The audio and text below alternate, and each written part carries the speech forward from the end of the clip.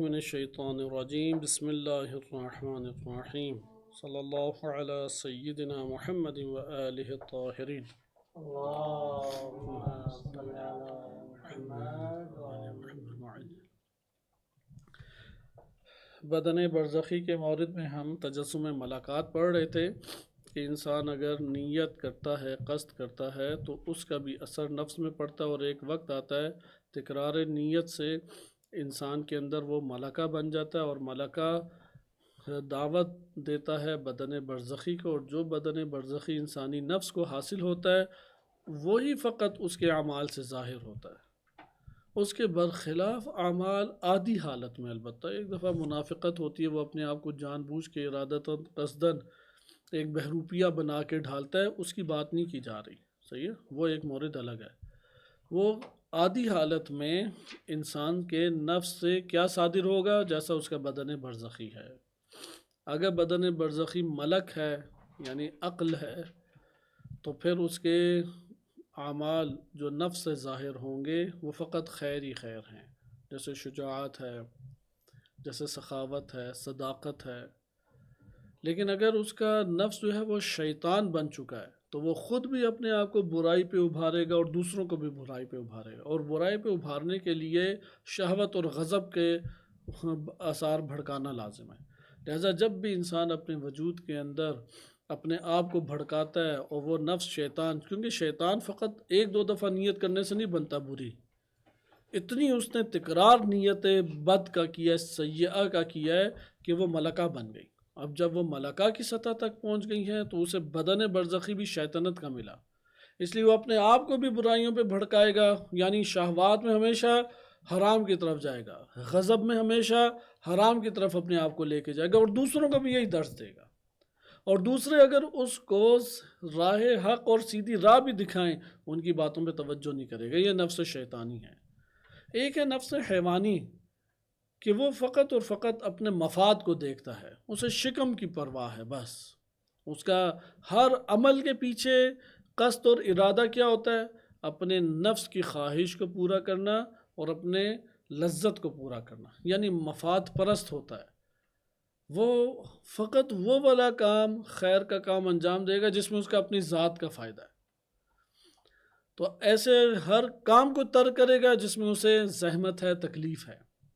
اب جب نفس حیوانی بن جائے یعنی انعام و مواشی بن جائے تو فقط یہی اس سے صادر ہو رہا ہوگا، اس لیے اس سے صادر آپ یہ توقع کریں کہ میں اس سے کوئی کام خدمت کے طور پہ لے لوں اور اس میں اس کا فائدہ ایک ذرہ برابر نہ ہو، آپ نہیں لے سکیں گے ایسے نفس سے کام۔ لہذا یہ جو نفس حیوانی ہے یہ بھی فوراً نہیں بنا، چونکہ مفاد کے لیے تو کئی دفعہ انسان کام کرتا ہی ہے۔ اس نے اس قدر زیادہ نیت حیوانی کی ہے کہ اس کو جو بدن برزخی عطا ہو گیا وہ کون سا ہے؟ مویشی اور حیوانات کا۔ اس لیے اس کے نفس سے جو بھی اب کام صادر ہو رہا ہے وہ کون سا ہے؟ حیوانی ہے۔ اسی طرح غضب کا ہے کہ اس نے درندہ صفت وہ بن گیا، حملے کرنا، کبھی زبان سے، کبھی ہاتھ سے، کبھی آنکھ سے، کبھی اپنے تخیلات سے، اور ان سب کاموں کے لیے پھر عقل کو اپنے تابع لا کے وہ استعمال کرتے ہیں۔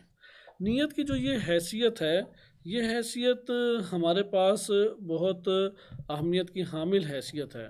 لہٰذا آئیں اس کے حوالے سے چند احادیث ہم پڑھتے ہیں، کچھ کتاب میں ذکر ہیں اور کچھ کتاب سے باہر چند میں نے آپ کی خدمت کے لیے جمع کی ہیں، وہ میں آپ کے سامنے پڑھتا ہوں۔ ایک دو ہم نے احادیث اس کے حوالے سے پڑھ لی تھیں کہ جس میں آپ نے ملاحظہ کیا کہ خداوند متعال نیت کے مطابق انسان کو جزا اور سزا دیتا ہے۔ پہلے ہم اس میں کتاب کے اندر جو ہے وہ پڑھ لیں، چونکہ اگر شہوت اور غضب عقل کے ماتحت ہو تو نفس کے کمال کا ذریعہ ہے، اور اگر عقل ان کے تابع ہو تو یہ نفس کے جہنم کا سب سے بڑا ذریعہ ہے۔ لہذا شہوت اور عقل اللہ سبحانہ و تعالیٰ نے دی ہے، لیکن کیوں دی ہے؟ کمال تک پہنچنے کے لیے۔ لہذا عقل کے ذریعے سے ہم شہوت اور غضب کو رکھیں، جیسا کہ جناب جعفر طیار رضی اللہ عنہ کی مثال آپ کئی دفعہ پڑھ چکے ہیں۔ الکافی میں صحیح سند روایت ہے کہ امام سجاد علیہ الصلوۃ والسلام فرماتے ہیں لا عمل الا بنیت، کوئی عمل نیت کے بغیر نہیں ہے۔ ایک روایت الکافی میں اس کا پیچھے دنبال ہے کہ لا یقبل اللہ عملا الا بمعرفت، اللہ تعالیٰ معرفت کے بغیر کوئی عمل قبول نہیں کرتا، کوئی عمل اللہ تعالیٰ عمل معرفت کے بغیر نہیں کرتا۔ اور پھر اسی کے ساتھ آگے آتی ہے اور یہ بات آتی ہے کہ کوئی عمل بھی نیت کے بغیر خدا کی بارگاہ میں قبول نہیں ہوتا، چونکہ عمل بدون نیت انجام نہیں پا سکتا۔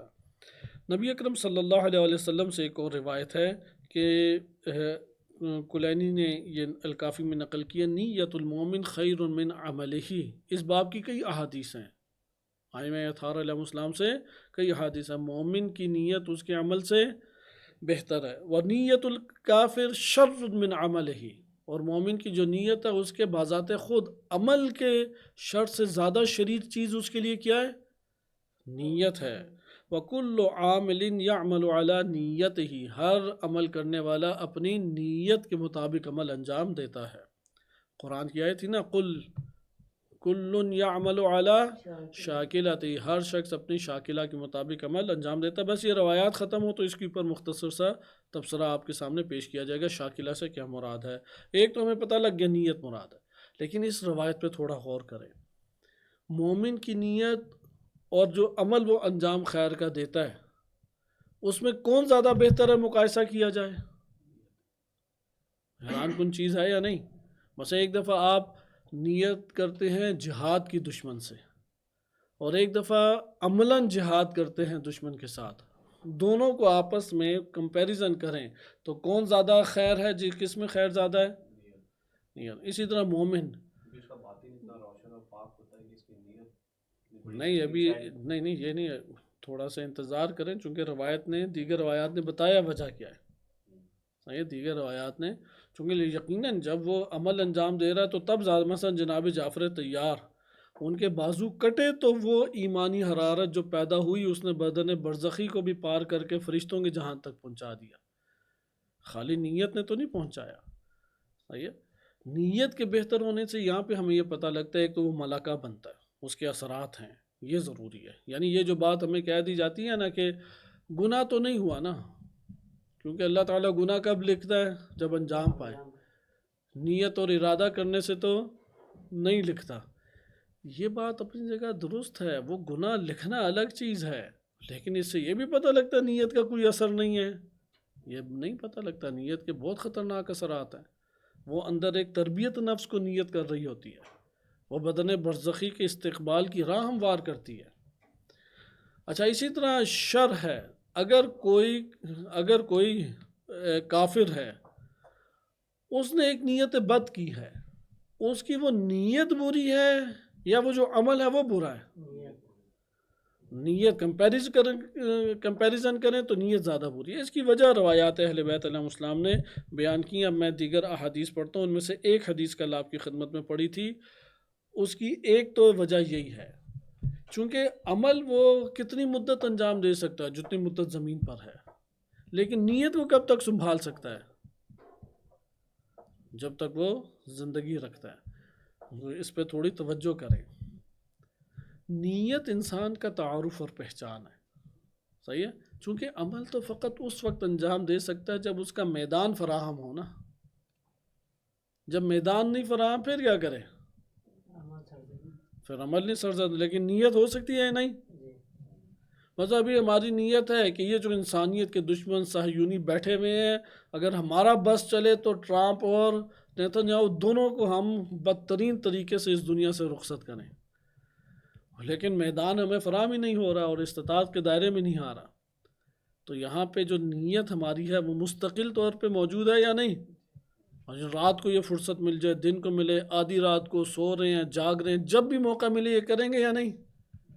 بس نیت کے مطابق پھر حساب کتاب آخرت کا ہے، چونکہ عمل کی سرزمین ہمیشہ فراہم نہیں ہوتی۔ اسی طرح نہج البلاغہ میں غالباً خطبہ نمبر 12 ہے، امیر المومنین علیہ الصلوۃ والسلام کے پاس ایک شخص آیا، جنگ جمل میں اس نے شرکت کی تھی، بتایا تمام مسائل، پھر اپنے بھائی کا تذکرہ کیا اور کہا کہ میرا بھائی شرکت نہیں کر سکا، اس کی بڑی آرزو تھی کہ جنگ جمل میں آپ کے ہمراہ ہوتا ہے۔ تو امام نے فرمایا کہ اس کی واقعاً آرزو تھی؟ تو کہا کہ ہاں، اس کی خواہش تھی کہ جنگ جمل میں آپ کا ساتھ دیتا۔ تو فرمایا کہ ابھی وہ بچے جو ماؤں کے شکم سے باہر نہیں آئے، اگر وہ بھی اگر چاہتے ہیں کہ ہمارے ساتھ ہوتے تو وہ ہمارے ساتھ تھے، ہمارے ساتھ محشور ہوں گے، ہمارے ساتھ ان کا حساب کتاب ہوگا۔ نیت آپ کو دیکھا کہاں پہنچا دیتی ہے، اہل کربلا کے درمیان پہنچا دے گی، اہل بدر و حنین تک پہنچا دے گی۔ عمل کی تو فرصت ہمارے ہاتھوں سے ماضی کی وجہ سے نکل گئی، اس لیے نیت حساب کتاب ہمارے لیے قرار پا جاتی ہے۔ دوسری وجہ جو آپ نے کل پڑھی کہ عمل ادھر ایک دفعہ کیا ہے اور ابدی ادھر سزا، یہ تو ظاہراً عدالت کے خلاف لگتا ہے۔ تو اس میں امام نے بیان فرمایا کہ جو کفار یا مجرمین ابدی جہنم میں جائیں گے وہ اپنی نیتوں کی وجہ سے جائیں گے، کہ انہیں اگر دائمی زندگی اس دنیا میں میسر آتی تو وہ دائمی گناہ میں مبتلا رہتے یا نہیں۔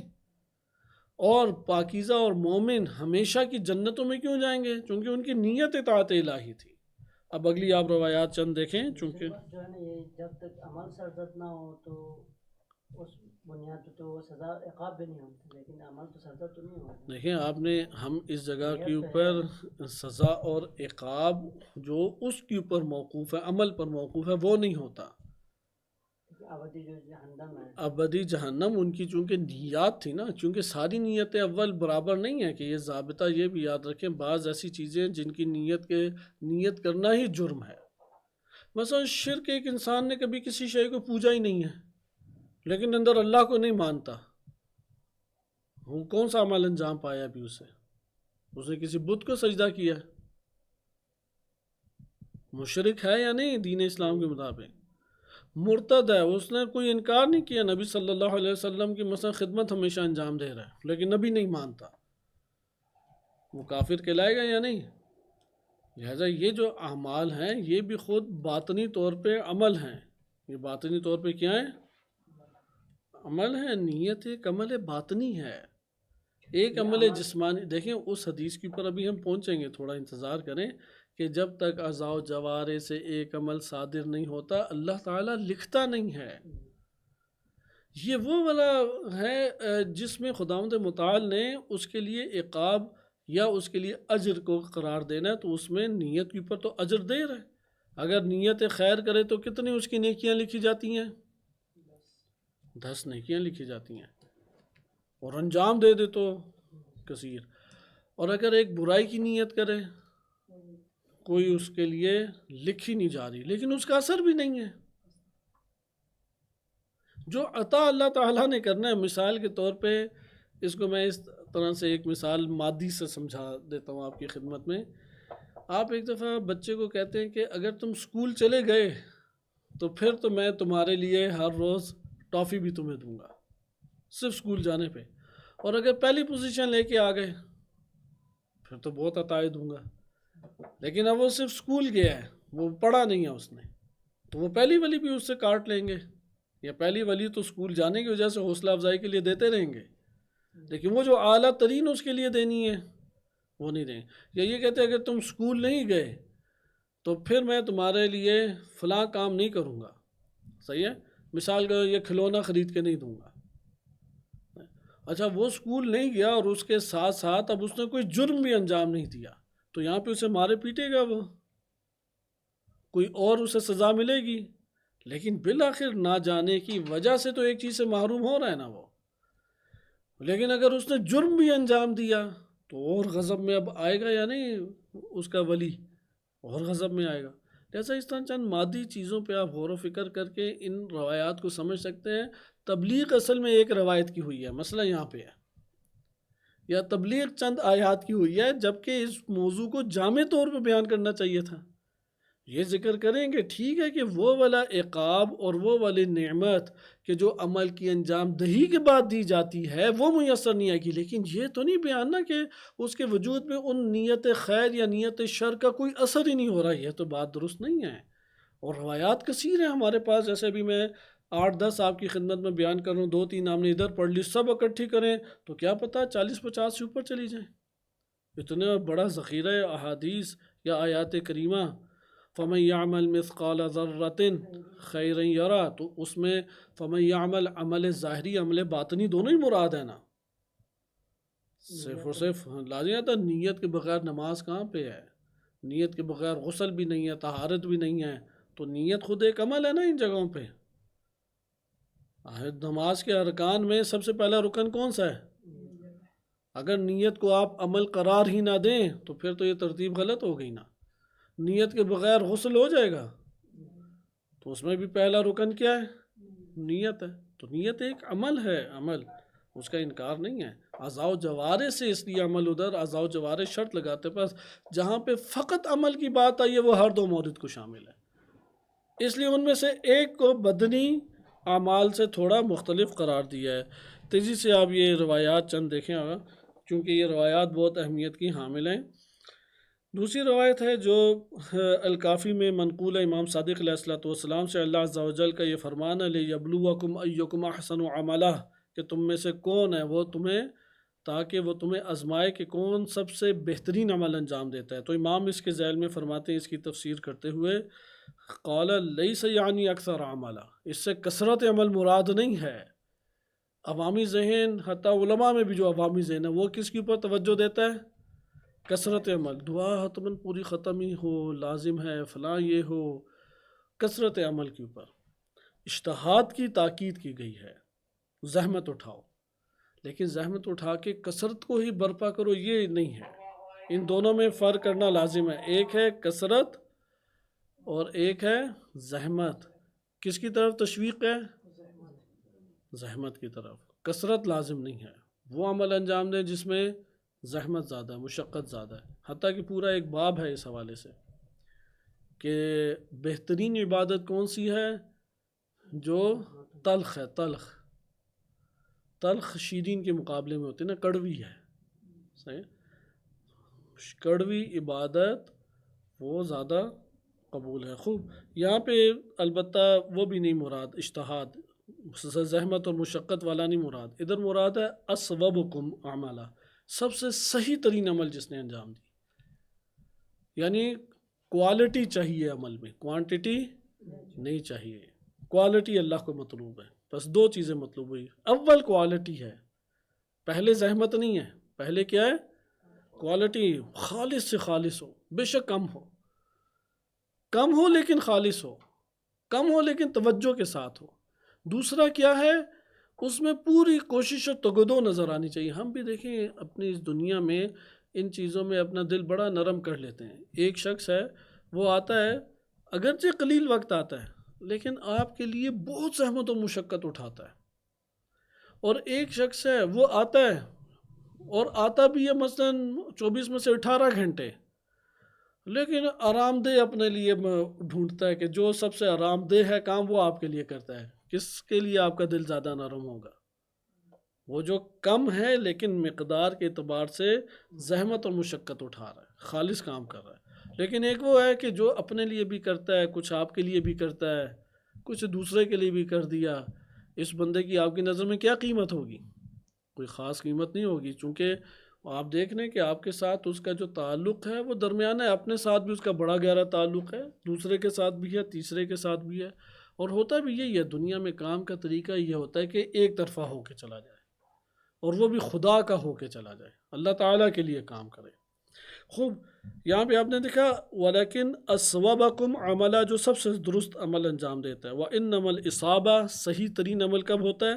جس میں خشیت اللہ، اللہ سے کی خشیت ہو، ڈر موجود ہو، والنیت الصادقہ، سچی نیت ہو، والحسنہ، اور نیکی کی نیت ہو، نیکی وہ انجام دینا چاہے، صادقہ والحسنہ کہہ سکتے ہیں، سچی اور بہترین نیت ہو۔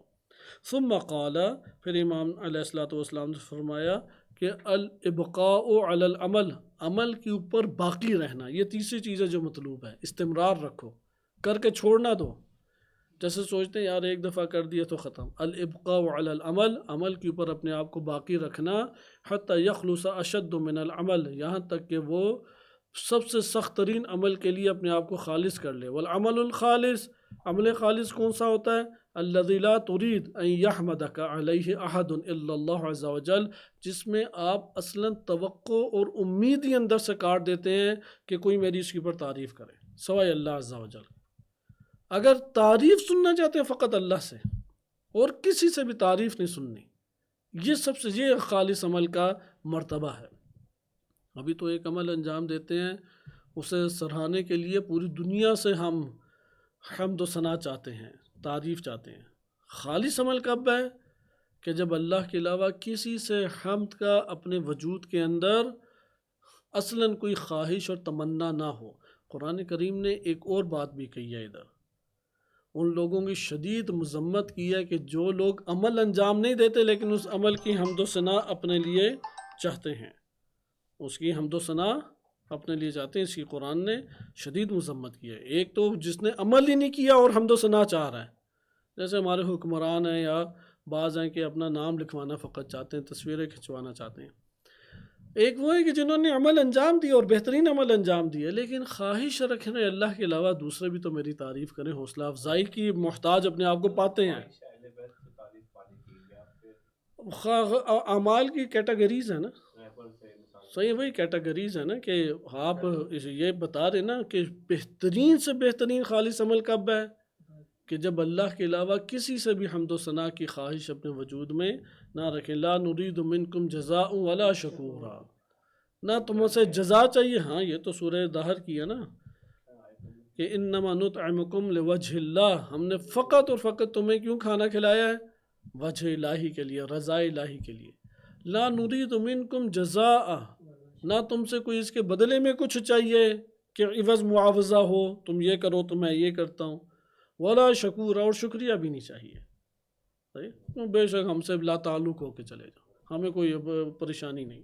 خوب آگے یہ دیکھیں کہ آگے فرماتے ہیں وَالنِّيَّةُ أَفْضَلُ مِنَ الْعَمَلِ، نیت کیا ہے عمل سے افضل ہے۔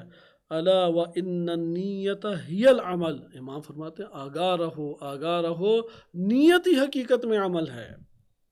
ثم تلا قوله عز وجل، اللہ عز وجل کا یہ فرمان تلاوت فرمایا، قل کل یعمل علی شاکلتہ، ہر شخص اپنے شاکلہ کے مطابق عمل کرتا ہے، کہہ دیجئے یعنی علی نیت ہی، اپنی نیت کے مطابق۔ اگلی روایت دیکھیں، اس میں امام علیہ الصلوۃ والسلام فرماتے فساد الاخلاق بمعاشرت السفہاء، کسی نے اپنے اخلاق کو فاسد کرنا ہے نا تو پھر احمقوں کے ساتھ اٹھنا بیٹھنا شروع کر دے۔ جو نادان ہوتے ہیں نا، ممکن ہے وہ نادان کوئی گناہ نہ کر رہا ہو، لیکن نادان کے ساتھ اٹھنے بیٹھنے سے کیا ہوتا ہے؟ اخلاق، فساد الاخلاق، اخلاق آپ کا خراب ہو جاتا ہے، بگڑ جاتی ہیں عادات، بگڑ جاتا ہے آپ کا لب و لہجہ۔ اس لیے امام نے منع فرمایا کہ اگر کوئی نادان ہے، سفیہ ہے، بے وقوف ہے، احمق ہے، جتنا ہی اچھا کیوں نہ ہو، مولانا صاحب کا فرزند ہی کیوں نہ ہو، جتنا بھی اچھا کیوں نہ ہو، سفیہ کے ساتھ، احمق کے ساتھ اٹھنا بیٹھنا نہیں چاہیے۔ وہ اخلاق آپ کا خراب کر دے گا، یعنی دین آپ کا خراب کر دے گا۔ وصلاح الاخلاق بمنافست العقلاء، عقلاء کے ساتھ گفت و شنید جو ہے یہ در حقیقت انسان کے اخلاق کو صالح کرتی ہے۔ اگر کوئی اپنے اخلاق کو درست کرنا چاہتا ہے کیا کرے؟ بحث مباحثہ کرے عقلاء کے ساتھ۔ منافذہ بارگیننگ کو بھی کہتے ہیں، جو آپ دکانوں پہ کرتے ہیں نا، آج کی جو اکنامکس ہے اس میں بارگیننگ کا ترجمہ کیا گیا ہے، تنافس کیا جاتا ہے۔ قرآنی لفظ ہے منافسہ، یعنی گپ شپ لگانا۔ قرآن نے جنتیوں کے بارے میں بتایا نا کہ یتنافسون، کہ وہ آپس میں خوب گپ شپ لگا رہے ہوں گے۔ تو عقلاء کے ساتھ آپ یہاں پہ علمی بحث مباحثہ، وہ عقلاء کے ساتھ علمی بحث مباحثہ کریں تو اس سے اخلاق درست ہوتا ہے۔ پھر آگے بیان فرماتے ہیں کہ والخلق اشکال، اخلاق کی شکلیں ہیں۔ کل یعمل علی شاکلتہ، ہر انسان اپنے شاکلہ کے مطابق عمل انجام دیتا ہے۔ پھر آگے امام کی روایت ہے، بڑی دلچسپ ہے، میں صرف ترجمہ پڑھ دیتا ہوں کہ لوگ جو ہیں نا ایک دوسرے کے بھائی ہیں، والناس اخوان، لوگ سارے ہم ایک دوسرے کے بھائی ہیں۔ ان میں سے غیر ذات الہی کے علاوہ اگر کسی نے بھائی چارہ قائم کیا نا، یعنی اللہ کی خاطر نہیں کیا، دوست کس کے لیے بنایا ہے؟ اپنے مزاج کے مطابق، اپنی عادات کے مطابق، دوست اللہ کی خاطر نہیں بنایا، فَإِنَّهَا تَحُوزُ عَدَاوَةً تو حتماً و حتماً اس کی یہ دوستی کیا ہو جائے گی، اس کی یہ برادری کیا ہو جائے گی، دشمنی میں بدل جائے گی۔ اور پھر دلیل قرآن سے امام نے بیان فرمائی، یعنی ہر وہ دوستی اس دنیا کے اندر جو اللہ تعالیٰ کی خاطر نہ ہو، وہ دوستی کس میں تبدیل ہو جائے گی؟ برزخی بدن میں، دشمنی میں بدلے گی۔ وہ کیا ہے؟ فرمان الہی ہے، الاخلاء یومئذ بعضهم لبعض عدو الا المتقین۔ اور یہ جتنے اخلا، وہ کہتے ہیں نا سنگی یار، بڑا قریبی یار ہے، خلیل۔ خلیل کہتے ہیں وہ جو ایک دوسرے کے چھوڑتے ہی نہیں ہیں، ہر چیز سے گہرا تعلق دوستوں میں بن جاتا ہے، بہن بھائی آس پاس جتنے بھی ہیں دوست ایک دوسرے کے بغیر دیکھے رہ ہی نہیں سکتے۔ ہر وہ دوستی جو ذات الہی کے بغیر ہے، کے علاوہ ہے، وہ کس میں تبدیل بدن برزخی میں ہو جائے گی؟ دشمنی میں۔ اور آیت سے استفادہ کیا امام نے کہ الاخلاء یومئذ، اس دن سارے دوست کیا ہوں گے؟ بعضهم لبعض عدو، ایک دوسرے کے دشمن ہوں گے، الا المتقین، سوائے متقین کے۔ یہ بہت اہم آیت ہے، کیونکہ اس معیار دوستی ہے یہ تلاش کرنے پڑے گی۔ اگلی روایت دیکھیں، امام علیہ الصلوۃ والسلام بیان فرماتے ہیں، یہ البتہ روایت دیلمی نے علام الدین میں ذکر کی اور دلچسپ ہے، کیونکہ ابی درداء سے ہے۔ ابی درداء معروف صحابی نبی صلی اللہ علیہ وسلم کے گزرے ہیں کہ جب وارد ہوا ہے کہ جب یہ آیت نازل ہوئی کل یعمل علی شاکلتہ، تو بان السرور بین عینی ابی درداء، ابی درداء کے چہرے سے خوشی اور سرور ٹپک رہا تھا۔ تو نبی صلی اللہ علیہ وسلم نے پوچھا کہ کیوں اتنے خوش ہوئے ابی درداء؟ تو اس نے کہا کہ نجونا ورب العزت یا رسول اللہ، اے اللہ کے رسول، قسم ہے ذات باری تعالیٰ کی، رب عزت کی، کہ ہم نجات پا گئے۔ یہ آیت سنی تو نجات پا گئے۔ البتہ میں آگے روایت پڑھنے سے پہلے، چونکہ یہ اخلاقی کتب میں بھی نکتہ ہے اس روایت سے، چونکہ روایت ضعیف ہے، روبیہ کے ذات آئی ہے، روایت ضعیف ہے لیکن مطلب بڑا خوب ہے۔ جب کہ کلن، تو کلن کا ترجمہ کیا ہے ہر کوئی، اس ہر کوئی میں اللہ تعالیٰ بھی آتا ہے یا نہیں؟ اللہ سبحانہ و تعالیٰ بھی آتا ہے، خداوند متعال اپنے ذات کے مطابق عطا کرتا ہے۔ ہاں یہ مطلق ہے، کلن نہیں، عموم ہے، کل ہے نا، عموم ہے، کلن یعمل علی شاکلات، اللہ اپنے شاکلہ کے مطابق عمل انجام دیتا ہے، یعنی وہ جو اس کی وسعتیں ہیں اس کے مطابق عمل انجام دیتا ہے۔ اس لیے ایک دو گناہوں پہ ہمارا تو پارا ہائی ہو جاتا ہے، چھوڑتے ہی نہیں اگلے کو، وہ اتنے سنگین گناہوں کی پر اپنی نعمت نہیں چھینتا۔ پھر کوئی جو مانگتا نہیں ہے اسے بھی دیتا ہے، ہمارے پاس اور کوئی نہ مانگے دیتے ہیں، وہ ذات اپنے مطابق دیتی ہے، ہر کوئی اپنے مطابق عمل انجام دے رہا ہے۔ اصل شاکلہ یعنی اردو میں اگر بہترین اس کا ترجمہ کرنا چاہیں، ظاہراً ایسا ہے کہ بہترین ترجمہ ہوگا کیا؟ ہر کوئی اپنے مطابق عمل انجام دیتا ہے، صحیح ہے؟ جو اندر تنگی اور وسعت، جو خیر اور شر اندر کمایا ہوا ہے، فقط اس کے مطابق یہ عمل انجام دے گا۔ اس لیے سب سے برابر عمل انجام دینے کا ہم نہ سوچیں۔ جیسے ہم کہتے ہیں نا کہ میں نے اتنا سمجھایا اسے سمجھ ہی نہیں آتی، تو اسے آئے گی بھی نہیں سمجھ، چونکہ ہر کوئی اپنے شاکلہ کے مطابق۔ ادھر بھی یہی ہے کہ اس نے کہا کہ ہم نجات پا گئے۔ اب آگے روایت سنیں کہ نبی صلی اللہ علیہ وسلم نے فرمایا ابی درداء کیسے، وہ بتاؤ؟ کہا کہ اذا کان کل یعمل علی شاکلۃ، اگر ہر کوئی اپنے شاکلہ کے مطابق عمل انجام دیتا ہے، فشاکلنا تو نہ الذنب، ہمارا تو شاکلہ یہ ہے کہ ہم گناہ کریں، صحیح ہے؟ ہم تو ایسا ہی ایک ڈھانچہ اور سانچہ ہے نا، جس میں عقل رکھی ہے تو شیطنت بھی تو رکھی ہوئی ہے نا۔ یہ ابی درداء نے دلیل دی اپنے طور پر نا۔ تو قال اذا کان، کہ ہمارا شاکلہ کی عزم، والعصیان، کہ ہم معصیت اور گناہ کریں، وشاکلتہ، اللہ کا شاکلہ کیا العفو والغفران، کہ وہ تو مغفرت کرنے والا ہے۔ فسر المسلمون حینئذ سرورا عظیما، مسلمان بہت خوش ہو گئے، نہیں اللہ تعالیٰ کی شاکلہ میں اس کے اسماء میں قہار بھی تو ہے نا، نہیں وہ معنی بہت دقیق ہے۔ یہ بات تو روایات نے بیان کی ہے نا کہ اللہ تعالیٰ نے اپنے اوپر رحمت کو لازم و واجب قرار دے دیا، خود اللہ نے اپنے لیے قرار دیا ہے، تو رحمت کا تقاضا یہ ہے نا کہ یہ گناہ کرے گا یہ بخشے گا۔ خوب اگلی روایت دیکھیں، کتاب العلل میں یہ وارد ہوئی ہے۔ اس میں امام صادق علیہ الصلوۃ والسلام سے زید شحام پوچھتے ہیں انی سمعت تقول نیت المومن خیر من عملی۔ اب یہ وہ سوال آ رہا ہے، زید کو بھی بڑی پریشانی تھی، حدیثیں تو میں نے سنی ہے اور امام آپ نے بھی بیان کیا کہ مومن کی نیت جو ہے وہ عمل سے بہتر ہے، تو کیسے یہ ہو سکتا ہے، کیسے ہے یہ ممکن؟ فکیف تکون نیت خیر من العمل، عمل سے بہتر نیت کیسے ہو سکتی ہے؟ تو امام نے فرمایا لأن العمل ربما كان رياء للمخلوقین، عمل جب انجام دے رہے ہوتے ہیں تو فتنے ریا میں پڑ جاتے ہیں یا نہیں؟ ممکن ہے وہ مخلوق کے لیے کیا کرے، ریاکاری کرے۔ والنیت خالصۃ لرب العالمین، لیکن جب نیت کرتا ہے تو تب تو کوئی پیش نظر نہیں ہے نا، آغاز نیت میں کوئی پیش نظر نہیں ہوتا سوائے رب العالمین کے۔ فیعطی عز وجل علی النیت ما لا یعطی علی العمل، تو عمل اس کا فاسد ہو گیا جب ریا کی، لیکن نیت اس کی وہ خالص تھی، تو اللہ تعالیٰ نیت پہ فوراً اس کے لیے جزا دے دیتا ہے قبل اس کے کہ عمل انجام دے، پھر عمل کے مطابق الگ حساب کرتا ہے۔ یہ خدا کی کرم ہے۔ اگر کوئی کرے تو اس نے تو نیت خیر کی ہی نہیں نا، یہ تو تب بات ہے نا، نیت تو مومن کی نیت ہے، نہ کہ منافق کی نیت۔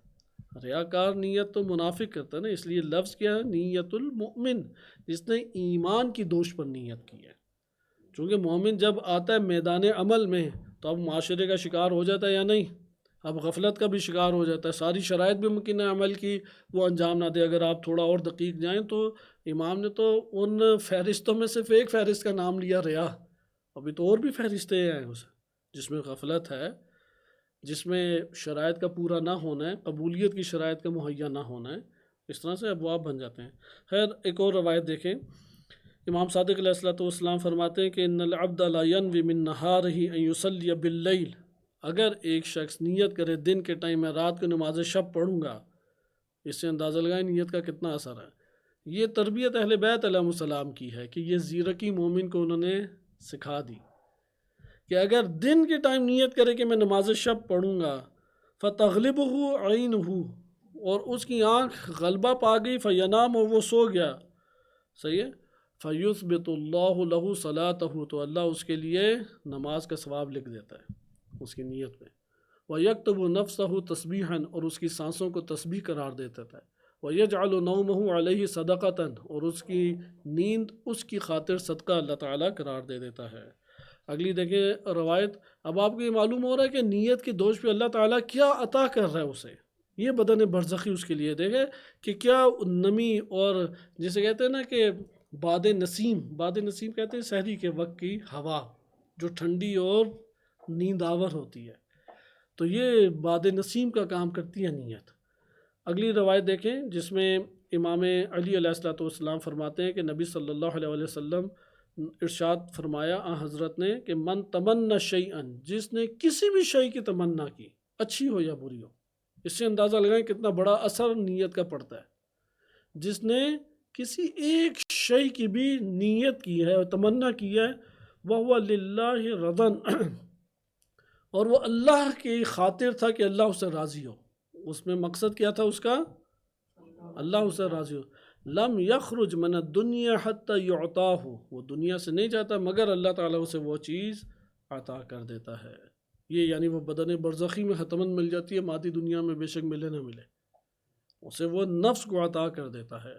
اگلی بھی روایت مختصر ہے کہ جناب ابو ذر کو وصیت کی نبی صلی اللہ علیہ وسلم نے، یا ابا ذر ہم بن الحسنہ، ہم یعنی ہمیشہ اپنے در قصد اور نیت نیکی کی کرو، وَإِن لَمْ تَعْمَلْهَا، اگر تم نے اسے انجام نہیں دیا، لِكَيْ لَا تُكْتَبَ مِنَ الْغَافِلِينَ، تو حد اقل تم کبھی غافلین میں تو نہیں لکھے جاؤ گے، تمہارا نام، یعنی غفلت جرم ہے، اس جرم سے نکلنے کے لیے نیت بھی کافی ہے۔